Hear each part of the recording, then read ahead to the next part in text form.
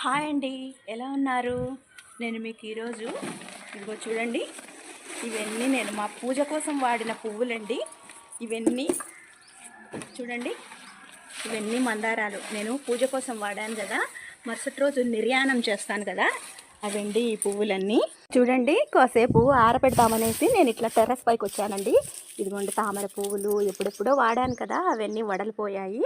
అందుకనేసి మీకు సిటీలలో నదులు చెరువులు ఉండవు కదా, మాకు ఇక్కడ కాలువ ఉంది, కానీ నేను కాలువలో వేయట్లేదండి. ఇదంతా ఈ పువ్వులన్నీ నానబెట్టేసి కుళ్ళిన తర్వాత మళ్ళీ మొక్కలకే వేస్తామనుకుంటున్నాను, తొక్కకూడదు కదా, అందుకోసమని. ఇలా చూడండి, బిల్వపత్ర దళం అండి, వాడిపోయింది. మేము ఇంతకుముందు రెంట్ హౌస్లో ఉన్నప్పుడు కవర్లో కట్టేసి అలా కాలువలోకి వేసేది వాళ్ళము.